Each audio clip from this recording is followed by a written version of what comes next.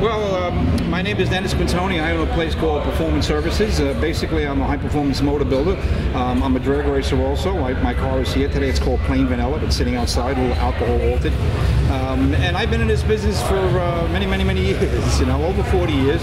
And, I don't want to see it go away. I'm not doing this for me. I don't need to have a direct trip on Long Island. I don't race on Long Island. I travel. I follow the circuit.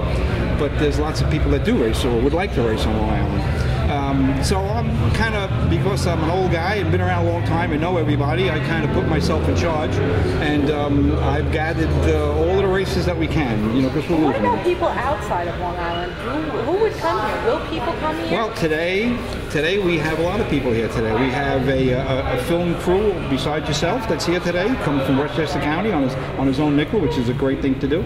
We have my chassis builder comes from Pennsylvania. He's here today just to see what's happening. So there's outside interest as There's well. plenty of interest, and there would be a lot more interest if there was something to be interested in. And of course, that's what we're trying to do.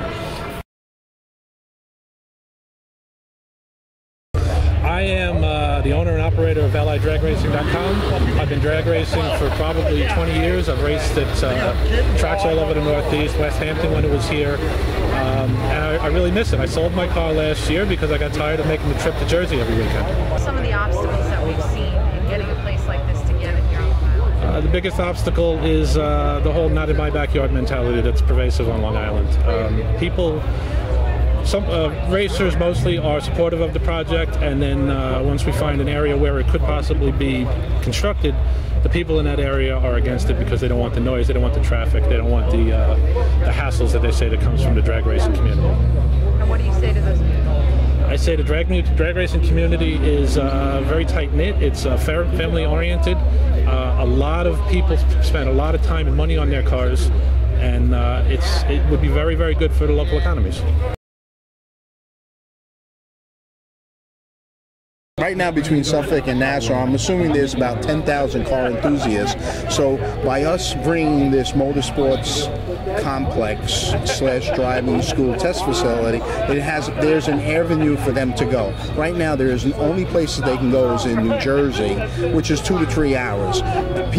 We need to let these people stay here on Long Island and enjoy themselves here. We really don't need the money to leave at this point. So we need to generate taxes and revenue here, not let it leave Long Island. One way is through the test facility / driving school, and and today's youth, now we'll have an avenue for them to go where they can test their equipment versus today's streets. And that's been an ongoing problem. Do you think it's something that would increase Long Island's business? Oh, it definitely would help the engine performance business, motels, because in actuality we could do car shows and swap meets and bring in other people from other states, and it actually could be a big menu at this time. I think you mentioned that it would be helpful for law enforcement as well, that you would open up the facility. Well, at this time right now in Suffolk County, the PD and the Sheriff's Department don't have a place where they can actually go and test.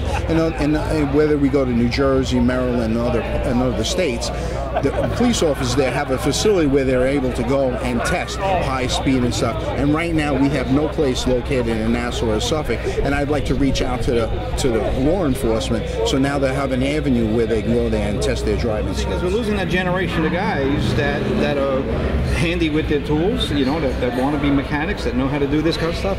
We're losing kids that are structured, What about revenue? Well, revenue we're losing a lot too.